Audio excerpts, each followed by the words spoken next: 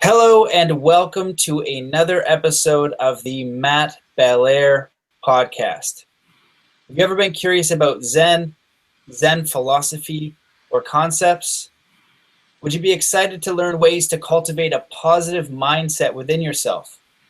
Or maybe you're looking for some practical tools to create some positive growth in your life. Today's guest is an author, speaker, teacher, and branding specialist. He is an award-winning writer, author of the book Zen and SZEN Zone, frequently quoted marketing expert, and recipient of the Distinguished Instructor Award from the University of California in Irvine, where he teaches branding. Welcome to the show, Gary Szenderski. Thank you, Matt. Good to be here. Yeah, man. Thanks for coming on. Yeah, it's great. Thanks. So I came across you from, I can't remember, probably somebody on your team, and they sent me out a book, so I got to look through some of your work and really loved it. You're lucky enough to play off the Zen, like SZEN in the book. So I was really loved the way it was written, because I remember when, I was reading a lot of Zen books when I was younger, and it's kind of like done in parable, like short stories that have really powerful and timeless lessons in it. Yeah, thank you. It's the way it's written actually helps the book develop its own personality. I don't know about you or any of your listeners or viewers, but life's filled with lots of stuff to do. And so I don't sit down and write 300 pages of good stuff. But I do have time, and I take the time every week to write a page.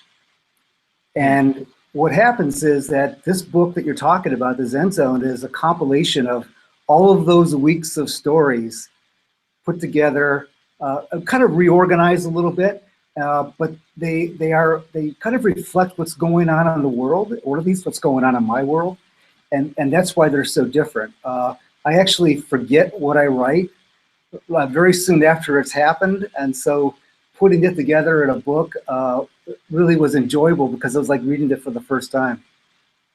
Awesome, man. Yeah, I love the way it's written. It's well, that's interesting. It's I remember Jerry Seinfeld said, don't write 100 jokes in one day. You write one a day. And so I think that's a little tactic that I could use myself when, trying to get my first book done and completed and out the door, and I already have, one or two or three in the bank. So I think like little chunks would certainly be the way to go. Well, do you want to tell us a little bit about your background? Because this is your second book, right? And you're creating from life experience, what I really love, because that's the most authentic form of teaching. Okay. Maybe you can describe how you got here. I'll be happy to. Right now, I'm talking to you from Southern California, and I moved to Los Angeles from Toledo, Ohio, many years ago, which if you've ever been to Toledo, it kind of explains why I moved to Los Angeles. But I was born and raised there, and there's a lot to be said for the Midwest and the Midwest values. And I got a good education at University of Toledo, and I worked for a cable TV company when I got out of school. Long story short, after a couple of years, we had won a bunch of awards in advertising, and including the best one you can get for the city of Toledo. And I was pretty young at the time and said, if I've already got the best award, I have to go to some place where I'm going to be challenged a little more. Hence, I went to Los Angeles. But to back up a little bit, because so much of the book is reflecting of these kinds of stories, when I talked about getting to the cable company, I was living with a friend of mine. We're going to college, and I needed to get some money. You just you're kind of hanging in school. You don't have much. So I went to the student union and saw this ad that said full-time pay, part-time work. I know I'm such a sucker for that kind of thing. So I signed up for it, and it was selling door-to-door cable TV subscriptions in Toledo, Ohio in November. So it's cold. And my girlfriend is really excited because she's like, this guy got a job at least. So I get ready. It's a Saturday morning. I have my sales cards. I have my brochures. I'm all bundled up, and she goes, "Good luck." And I go charging out the door, and I spent the entire day knocking on doors, and guess how many sales I got? 0. 0. Very good. And it was depressing. So I go home, and she's waiting for me. She says, "Well, how did it go?" And I said, "We're going to die." And and she said, "Don't worry about it. There'll be something else you could do." And I thought about it for a little bit, because there was other people that went through the training with me that were selling. And I thought, I must just be doing something wrong. So I literally went back to the same houses the next day, and I knocked on their door and I said, "Hi, do you remember me?" And they go, "Yeah, you're the cable guy." "No." I said, I know you said no, but just tell me why. And they'd say, "Well, because it costs like $100 a month." I said, "No, it's like $10. "Well, okay, I'll take it." Next house, "Could you tell me why?" "I told you why I don't want it." "No, I mean, really, why don't you want it?" "Oh, because it puts a big hole in the house." "No, just a little thing you can't even tell." And so on and on and on. I went to each place, asked them why or why not. And long story short, I became the #1 salesman. They promoted me 3 times, became director of marketing. They hired me out of college. And that goes to the 5 years. And then I eventually just kind of moved to Los Angeles. But the key is the understanding of why. And you'll see it in all my writings that I get to that very often, because, and I also, when they teach branding, it's very important, because if you understand why something's happening, you can actually own it. And once you own it, you have the power. So sorry, it's a long story, but get kind of where my roots are. Yeah, it's wonderful. Well, in your bio, I shortened a little bit. It talks about you being a very successful marketing, branding, consulting, working with a lot of big businesses. What caused you to want to write a book that was a little bit more about mindset and positive change and psychology? Were you always interested in Zen and positive psychology, or that philosophy, or was it a result of just going through life and seeing useful things that you were learning along the way and wanting to share them? Yeah, I should say that, yes, to answer your question, I've always been interested in it, and my writing is not necessarily so, it doesn't really mirror Zen. There are some aspects to it in there. But to answer your question, why I wrote it, it was actually in the midst of being very busy with my company, where my people were working very hard, and I was trying to write some inspirational pieces for them to kind of feel they could get a handle on what we were going through, because change and growth in a company can be gut-wrenching. And there's lots of young folks that have families, and it was tough. And so I started writing these things, and they appreciated it. And then we started sending it to clients, and they appreciated it. And pretty soon I got this big list, and I started writing these stories. And that's how I started putting the book together. It just, and was never any kind of agenda. It was whatever I was thinking, whatever was top of mind. And it still is. That's why I can't remember half the stuff that I wrote. Right. Nice. Well, I guess what my follow-up question would be, with the book, being #2, what do you find are some of the more important lessons? One of the chapters is about letting go.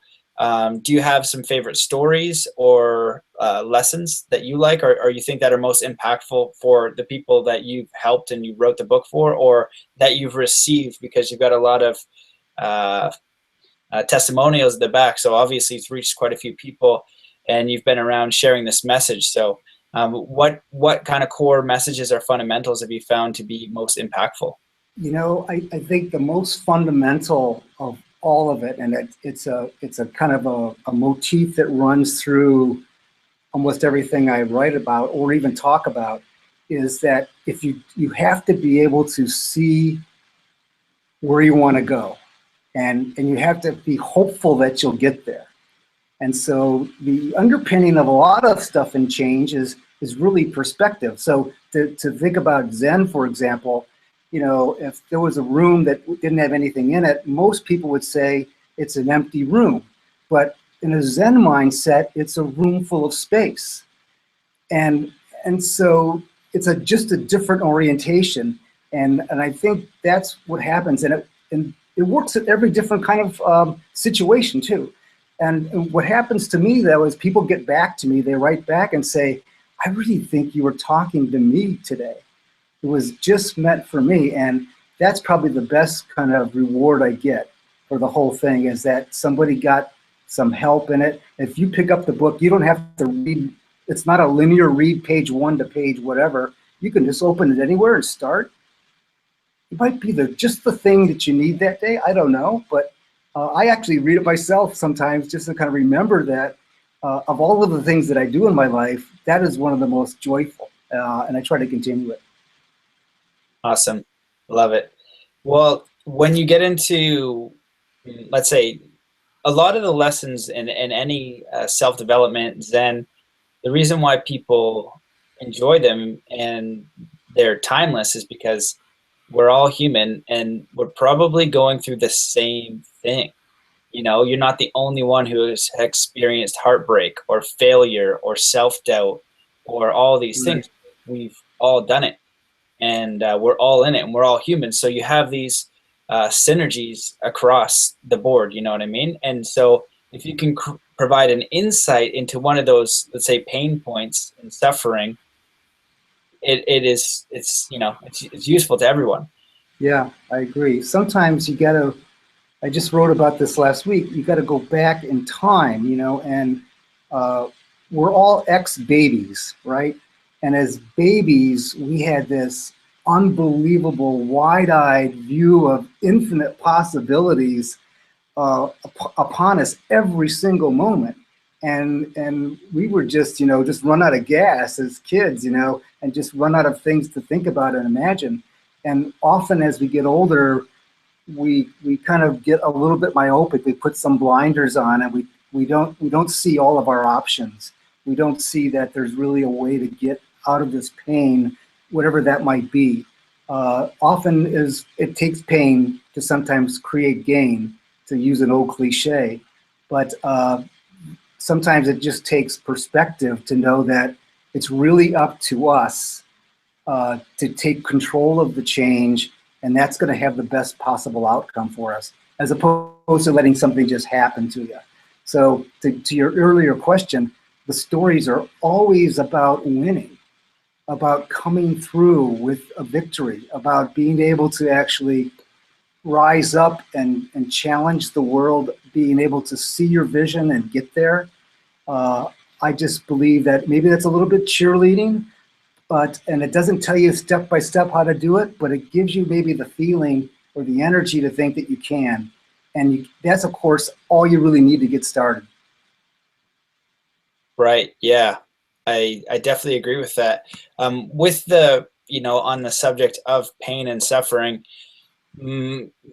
right now it's interesting within my own work and the people that I'm helping within my direct community and family.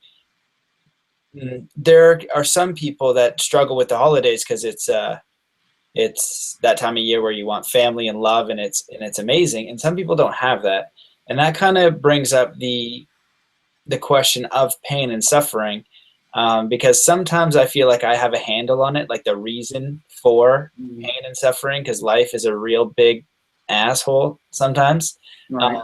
And so, someone will give me a perspective and it's just so messed up.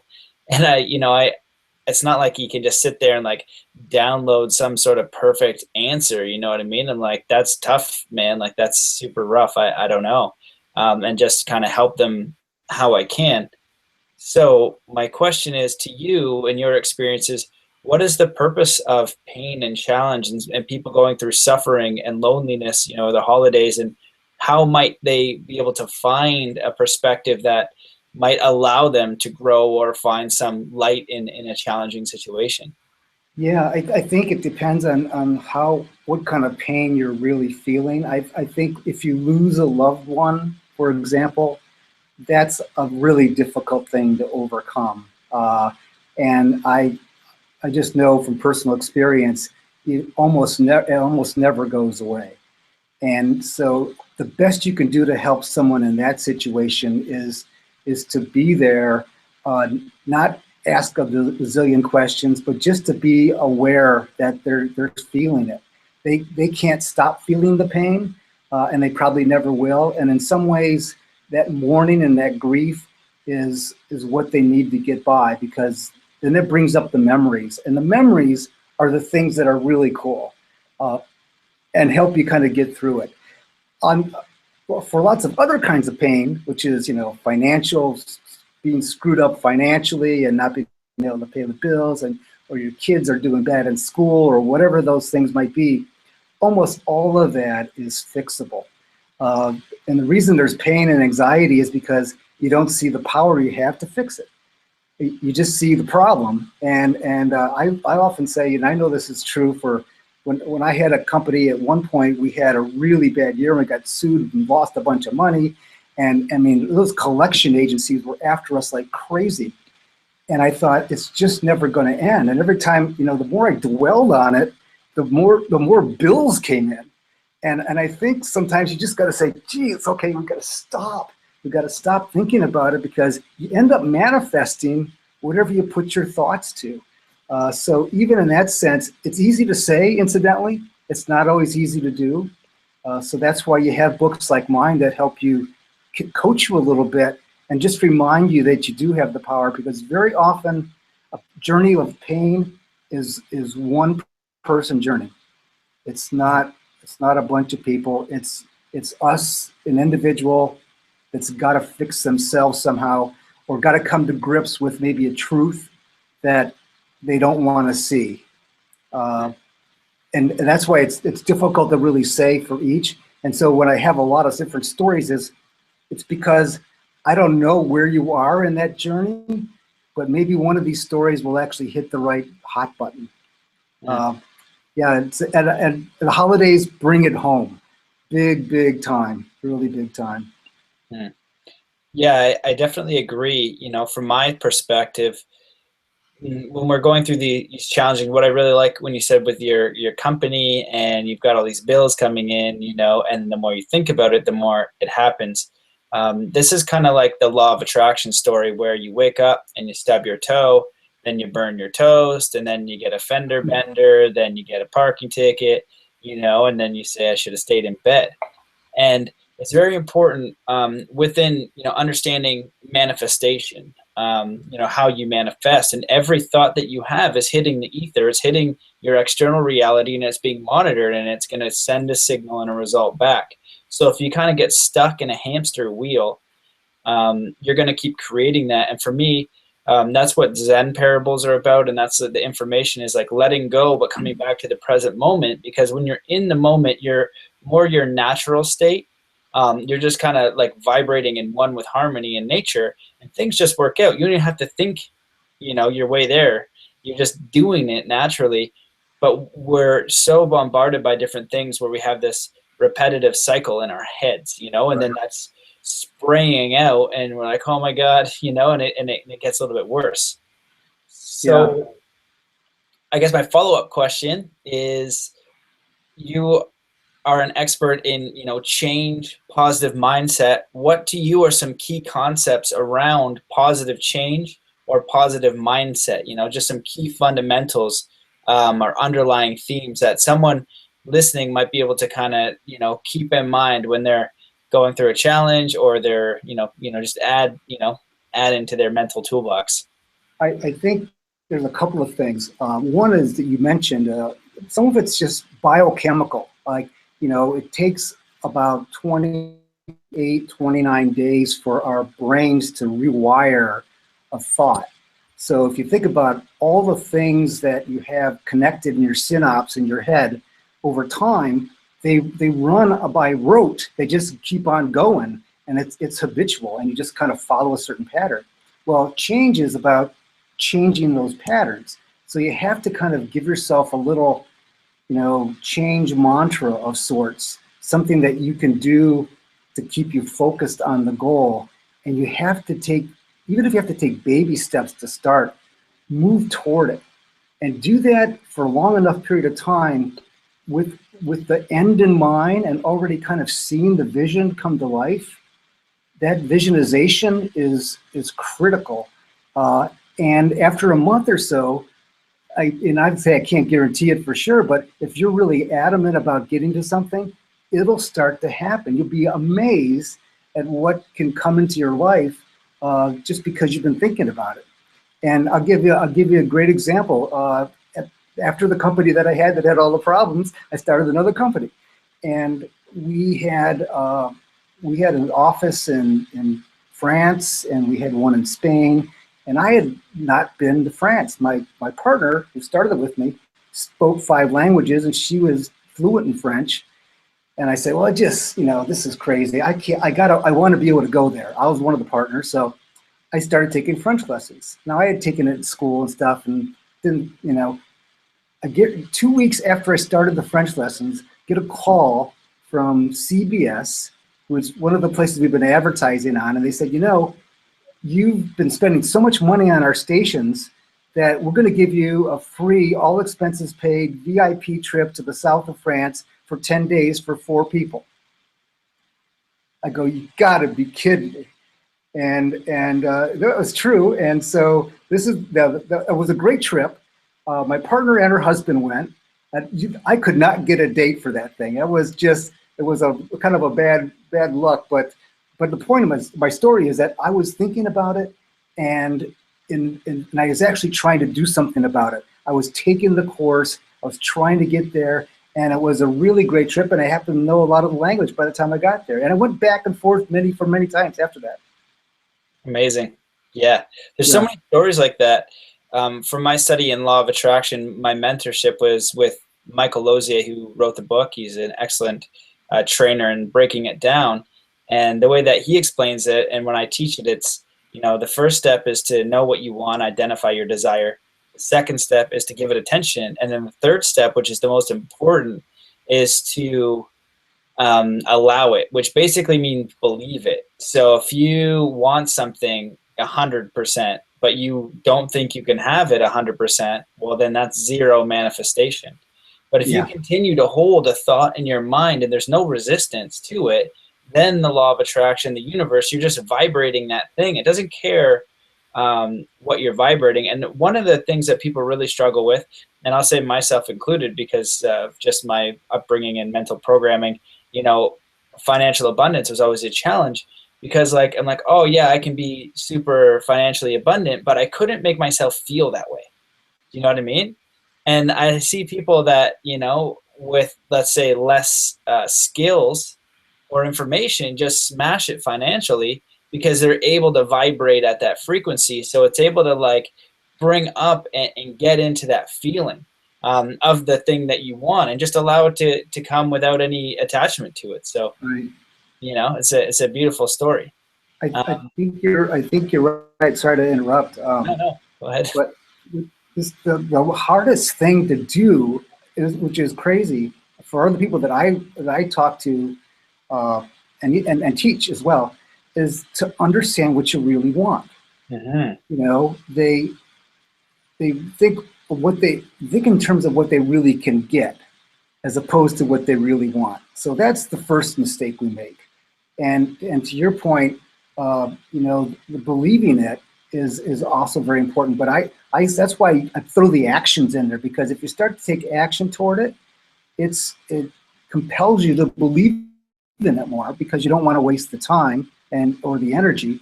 And I think that helps you get there. But you're really right. When it comes to financial abundance, people like to understand how it's going to happen. And to quote Mike Dooley, who was in the movie The Law of Attraction, he's really right when he says the cursed hows, like trying to figure out how things are going to happen, will slow you up every single time, if not kill you on the spot. Because we can't control everything that happens in the universe, but we can control where we want to shoot for, where we want to go. And then it'll help conspire to get whatever we're looking for to us. Sounds really simple. Everybody can get that, they understand it, but it's that believability. That's why I say it takes like 28 days to rewire yourself so you can start to vibrate at that higher frequency you're talking about. Yeah, I think that's a really important insight, is the 28 days, because the way that I help people understand it easily is that if you're out of shape, right? and you're really out of shape, or even you were in shape and then you haven't worked out in 6, 8 months, and you know this because you almost always in shape, but sometimes, maybe I don't train specifically. It takes me a month to get back into it. It takes me a month of going to the gym. The first week I'm in pain, hate myself, hate my life, Right. and I'm just like, how did I let myself get here? The second week is like, oh, okay, like it started, I'm still sore that whole week, but it's starting to come back. The third week, I'm kind of getting into the groove. In the fourth week, I feel better, but my body really hasn't changed. I can kind of see a little bit, I can start to see, oh, okay, cool, the door's open. Right. Now the second month, the completion of the second month, my body's adapted. Now I've seen the visual change. And it's the same thing with your mind, is that you gotta eliminate these, like you said, strategies for eliminating these limiting beliefs and this current pattern that goes on, snipping it, and then reinserting the thing that you want so you can create a new neural network. And it's going to take 30 days for it to cycle over. And that's the whole thing about, on a deep scale, I don't know what you think about this, but free will and being in the illusion that we're in. We have access to these universal powers, but if we just manifest it instantly, we wouldn't have to understand that our thoughts matter. We'll know that we did it, but it has like a proving testing ground. It doesn't happen instantly. There's a little bit of time, and if you start to doubt it, that's usually about the time when you probably would have brought it into your life. Yeah, I think holding on to what you want is really more difficult and complex than we think when we start the journey. Because there's too many paths that could take us off our track, and we kind of lose our way, and it's just so easy to revert back into where we were.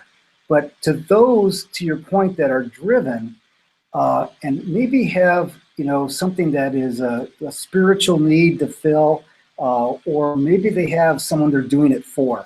Often I find that if you're trying to build financial wealth for your mother or your wife or your kids, you tend to be more motivated, and that motivation keeps you on track a little bit longer. So oftentimes it's important to think about other folks. But the other side of that is, so many times we think we want to manifest something, and what we're really saying is we want to manifest this other person to go do what I want them to do. And we get caught up with that. If I just think about it, she will say yes, or he will say okay, or I'll get that job. Well, it doesn't work that way. You can't run other people's lives. All you can do is run yours. But going back full circle to what you said earlier, if you start to vibrate at the kind of resonance that it's going to take to get what you want, you could get it any number of ways other than the one you think. And that's the thing that's hard to wait for, because you can't see it coming. But it's the time the phone rings and the guy says, you're gonna go to the south of France, right? It's like, okay, I'm there. Something will happen. Not my law. It's just the law of the universe. It will, if you believe it. Yeah, 100%. And with doing Dr. Joe Dispenza's work, he has some of the leading science on how people are curing themselves of terminal illnesses through meditation. Just going into, a meditative state and picturing health. And, they're trying to bring the science into it, but people after people they're creating miracles. And so the big thing that I understand with the law of attraction, Abraham Hicks' work, Dr. Joe Dispenza, same thing, is that when you do this work, and it really does come down to what is it that you desire, and then putting it out there and just surrendering. So you've let it go, and you don't care how it comes. But when you keep believing that it's coming, and you just act, like fake it till you make it, just act, or faith it. I love that. Faith it until you make it. Like, this is coming from me, and you don't worry about how it comes. And it comes in a way you would never expect. It always comes in a way that you're like, oh my goodness, because the universe wants you to know.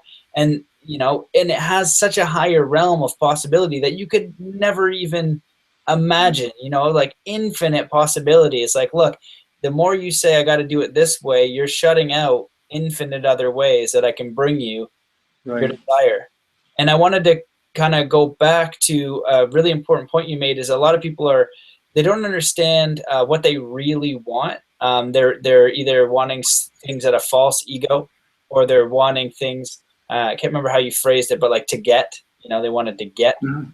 Um, do you have any insights in how to help somebody? They're in a current situation and they want to figure out, how can I be more fulfilled, lit up, passionate, and start to find my way and know that it's coming from a higher place and not, what I call my dum brain, not little Matt brain that needs to go out and, eat a pizza and drink a beer right now. It's like, hey, wait, Right. we got a bigger mission here. Let's, I know you want that pizza, but that's not really what you want. What you want is something else. Yeah, that's, that comes up in school a lot when we're teaching branding or helping organizations kind of go through change. You just can't say to someone, if you think this way, it's going to manifest, because they're just not going to buy it. And they're just wishful thinking is not going to get you anything. So you have to kind of like give yourself a plan. But where people plan typically is they start from where they are, and then they say, they look at what's available to them and they build their plan with the same tools that got them to the space they don't want to be in. And so you end up kind of building yourself a kind of a go around in circles kind of thing. So I think the way to think about it is start with as if you're already a couple of steps towards it. You're doing something already online with that. And then change your vision from not getting to the goal, but change your vision to like assuming you're at that goal already, what would you want next? And you got to really leapfrog it, and that puts you into a different realm. If you're willing to do that, you will have kind of a spiritual buy-in, I think, that you're talking about, where people need to feel like it really will be delivered and they have the patience to wait for it. But until you get to that second, really tapping into the next vision after the one you're in, I think you're kind of building again your path, or you're taking your journey with the same tools, and you'll look back at your wake that you left behind you, and it'll be the same old thing. And incidentally, there's a lot of things in our wake that can help you get ahead. Oftentimes we miss the people and situations that could have got us to where we were because we stopped believing that it would happen, and we just flew right by them. So being in the moment, being aware, looking under every little thing, saying, okay, I know it's coming. I don't know how it's going to come, but if I'm mindful and alert, I'll be aware when it happens. And sometimes just the act of looking and believing that it's going to happen around the corner, wherever, is what you need to kind of get you there. That's awesome. I love that. I've actually never, I might have heard of something similar to that before, but I don't know. I love the idea of what happens when you have that big dream. What's next? That's really cool. That's like that's a level up, man. That's a 5D concept. Yeah. And it's if you do that, it's also gonna give you clarity if what you're wanting to create is aligned with you, if it's coming from selfish or selfless, or, what service you're offering, right? Because, if it's just like, I just want a big house, well, why? Well, if it's to provide for my family and have, that's okay, but if you just want it to be cool, that might not be as aligned, you know what I mean? Like you're gonna go up and like, now I have everything, now what? Because a lot of people get into that trap, they go and they acquire and get, and they become successful, but then they feel empty because they just acquired, but there's nothing in it. There is no aligned vision, no higher purpose. Yeah, the higher purpose. Again, you get pushback on that kind of thinking sometimes, from a lot of folks who just say, "Hey, man, you're in la la land." That doesn't work for me. I'm a real practical, kind of logical person. You got to show me the roadmap. I'll follow the map. Give me the instructions. I'll read the instructions. And some people are just very happy with that kind of living and lifestyle. But I think, if you're not, and you want to challenge yourself, you got to consider all the options, including that a higher purpose is often really what we're missing. if you really have a vision for changing the world in a very good way, it can really propel you. I mean, I know I did the branding for my own company, which is ostensibly me, and I have. I'll give you a quick. My definition of a brand includes three pieces. The first is the nature of the personality of the people making it go.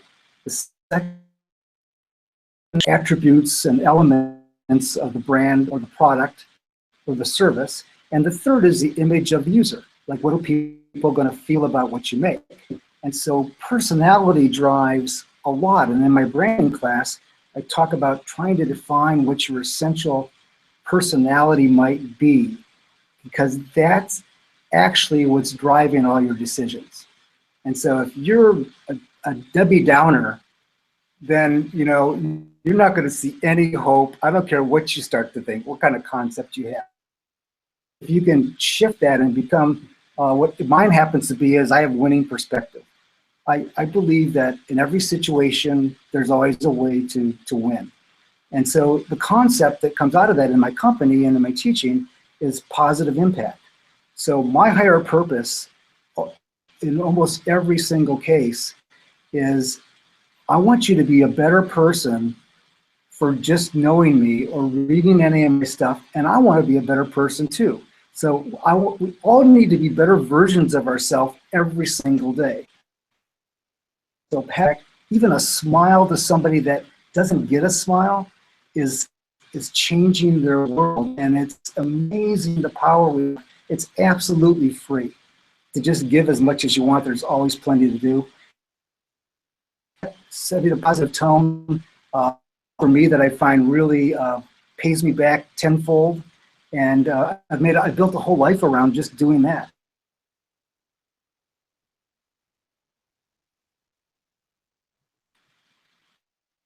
That's amazing. I love it. You're cutting out there, so I didn't know if you ended your spot. So I would have chimed in a little bit sooner. I think I was, but I know it's kind of where I'm at, and maybe it's me on the internet. It's a jam with there's 150 people outside this office here. Yeah, that's okay. Real life, man. Real life situation. Right. I loved all that. I think that's really well said. So, well, I also know that you have, and you touched on this a little bit about your branding. I know that a lot of people are in jobs that they're not really passionate about, and you have a lot of business expertise. So do you have any advice or tips for anyone who wants to start a business or that is in a business and they want to be more successful? Because, if you're in a job that you are not really 100% excited about, your first step is to figure out something you'd be excited about. And then you got to make it work. You got to be able to pay the bills with it, so that way you can support yourself in your new passion. So do you have any, concepts or tips around that area, whether it's in branding or marketing or just general mindset? Yeah, I do, because so much of what I teach is all of my graduates are working professionals, and they're all going through some kind of transition, and in that, what first thing is all basically have a bunch of personas that we are. We have different roles that we play at different times. So the Zen interviewer might be different than the snowboarder that's out on Breckenridge, so we are that. Like a teacher is different than a business consultant, or maybe a father or a writer. And what I'd like to do is talk to people about what is it of all of the things that you are right now, pick all the roles that you fill that fills you up the most, and what would help you make it even better. And so if it's parenting, or if it's teaching, or if there's one aspect to your job that you do every day that really is good, that's the one to focus on, because we tend to gravitate and do better at things that we're actually drawn to and like. And so, when it comes to opening a business, that's a little bit of a different animal. It's not just doing what you like, but it's trying to show where the money is.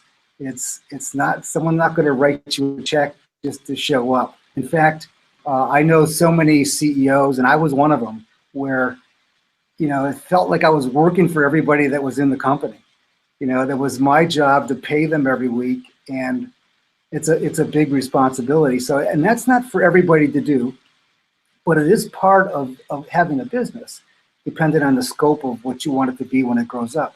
Most people, like, what they're looking for in that is control, which I highly recommend it if that's what you want. Is, you can have control over so many things. In my business, I've still been doing it now for like almost 40 years. I have no control, but I've learned to be okay with it, because my clients are right out there. In any moment, one of them could walk in and say, "Hey, I need you."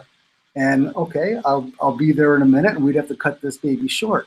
Or they'll say, "I need something over the holiday weekend," and okay, we can probably get that done. But most of the time, because if you're really strong in what your beliefs are, my relationship with my clients is one of mutual respect.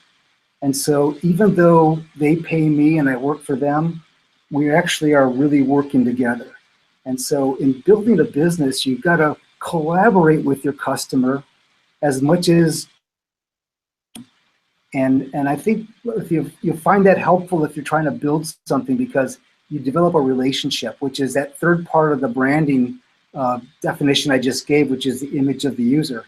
If they see themselves as engaged with you, then, especially if you're selling services like I am, you can have really good clients. I've got the best. These folks are just dynamite. They're really very successful. I'll take a lot of credit in some of them and hardly any credit in others. But it's been a fun ride. And right out here, my son works here, and he's the top guy on the sales floor. And it's just a kick to hear his voice. It breaks right through the din of everybody else in the place, and it's loud out there. I can hear him talking every time he gets on the phone. Rambled there, but I think that's part of the payoff when you have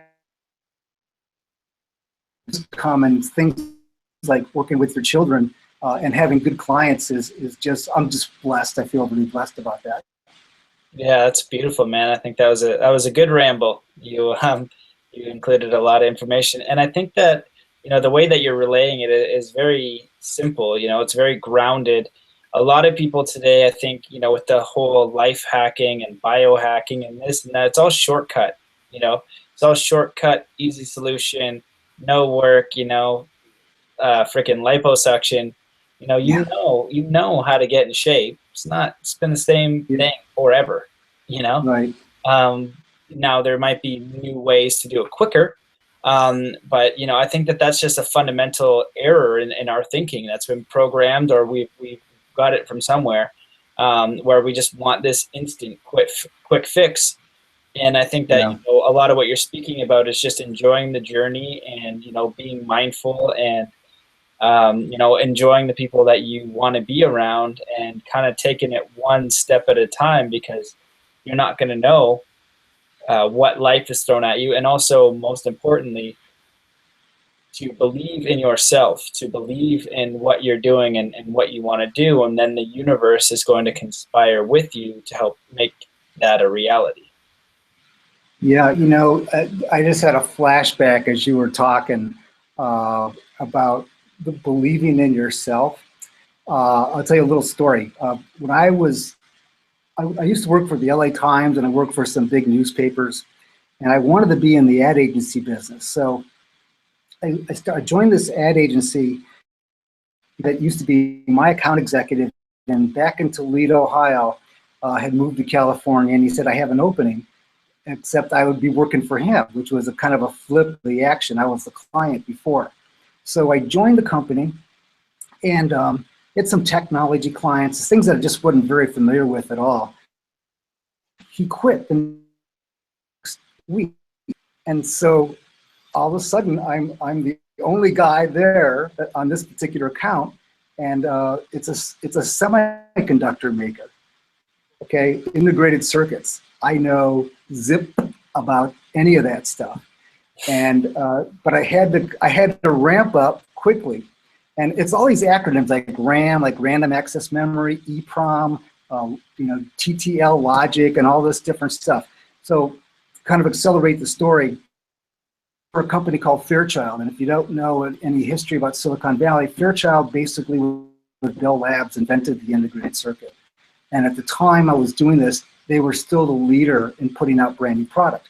And so they had a big advertising budget and had maybe 5 or 6 ad directors for different divisions depending on what they're making, microprocessors and that kind of thing. So the head of the agency said, you have to go up to Mountain View for a 2-day planning summit. And this is when we get all the input to be able to make our ads for the rest of the year. Okay, great. He said, well, I'm going to send Mike with you. And Mike never had any experience in technology. He had like old vacuum tube technology or something. But Mike was a really good guy. And so we go up to Mountain View. And it's like one of those movies where you left off like at a station or something, and the bus drives away and it kicks up the dust, and you've got your bags in your hand. It's like we're at this monolith, this huge building called Fairchild, and we walked in there and we began some of the most painful experiences I've ever had. First day we were in there, I was taking so many notes because these engineers were coming up talking about their new products, and I was trying to kind of like translate the language at RAM. I was writing down the whole thing, and so I was way behind. And so after the end of the whole day, we did not say one word. We didn't ask one question, nothing. We knew nothing. We got back to the hotel, and I said, what did you get out of it? He goes, Mike says, I am stumped. I go, I have no idea. I said, we're good, we're not going to be able to do this. So the next day, you could see the consternation on our ad managers because we're their agency and they had all this money, and we were hired to bring these things to life. And so we're listening the next day, and I'll never forget. I felt compelled. I had to do something. So this guy named I can't remember Dick Sullivan was the head of a brand called Quadrafet. He walks up to the podium. He's an engineer. He says, we're going to make this new product called Quadrafet, and we're going to use laser trim to save on the manufacturing cost. And I'm just listening, and I raised my hand and I said, are we going to save money and then give it back to the customer as a benefit to the customer? He goes, oh no, we're just going to keep the extra money. And I said, well, I don't think that's a real benefit to the advertising. And it was silence. The whole place was silent. And finally, one of the ad managers got up and said, I think Gary's right. And I kind of got validated right there on the spot. And from then on, I mean, seriously, I just forgot about all the acronyms, and I just started listening for the value and what was really real, what was beneficial. And I spent traversing across the country. These guys are working now, still call me an impact, like the best technology guy in advertising. Not my calling, but it's the same thing. That's why I teach branding. The principles are the same. Widgets or you're selling cars. Anyway, sorry for the ramble, but that believing in yourself is getting up out of your chair and saying, I disagree, or challenging something and That's amazing. No, the ramble is good, man. I like the story. You need a good story. I think that's very common. A lot of people will be in a situation and they don't say anything. They don't stand up. And especially, when there's perceived authority. And I think that number one, just ask for clarity in any kind of situation. And two, if you disagree, speak it. And then that's going to have somebody to argue their point. And that's good. I like it when my point's challenged, because then I have to go down my own rabbit hole to figure out why I believe what I believe. And I really enjoy other people's perspectives. And if you can make a convincing enough argument, maybe I'll do my own research, maybe it'll shift my perspective in a way. And that's having a real open mind. Show me, and why do you believe that way, and what does that give to you? And so as far as the marketing piece goes, finding the value is obviously super important. And Yeah. and what I wanted to ask is, so you've done all these things of branding, mindset, marketing. Is there anything that we didn't talk about today that you would have loved to talk about, or that you want to kind of leave people with, or any kind of either words of wisdom in business or mindset around your book, or just anything that you would have loved to speak on or leave with? Yeah, thank you for that. First of all, I've enjoyed our conversation very much. I appreciate that. Yeah, I would say that, one of the things about dealing with change in our lives is understanding why it's upon us. And so if you know what the catalyst is of something, why it's suddenly bothering us, or why it's here at all, you can often take steps to fix it right away. But a lot of times people just accept change and accept things that come at them because they think they're supposed to. And I would be here to say, challenge anybody, everybody, that you don't have to take what's delivered to you. You could create yourself what you really want. And in fact, probably thinking the wrong thing is what got it delivered to you in the first place. So remember that thoughts become things, to quote Dooley. And if you're thinking about the wrong thing, boy, they're going to be lining up to hurt you. But if you start to think about the positive things you can be and stay on that tack, you'll have positive results. And I wish everybody on wherever their journey is right now all the best to get there. And if this book can help you at all, I'd be really grateful. Beautiful, man. I love that. And so where can people find more about you if they want to access the book and maybe read some of the other things that you have online? Where are they going to find you? I have a website called ZENZone.com, which is SZEN Zone, ZONE.com. And there's links there. And there's also lots of reviews and links and people that have read the book. It's available on Amazon and some other book outlets. Also, you can go to my e-site, back that down. But a little free reading program too. So if you have a Kindle, you can read so many pages. It's sharing a writer's pot, so to speak, of how many people like. So look at Amazon, you'll find some more about me. Zen Zone, and then I have a business site. Just plugging them all. Put Zen SZEN.US. That's my business site. I haven't really updated in a long time, but you'll see there that I work for some of the largest organizations on the planet. And I've been in every kind of corporate boardroom. A positive change for all of these folks.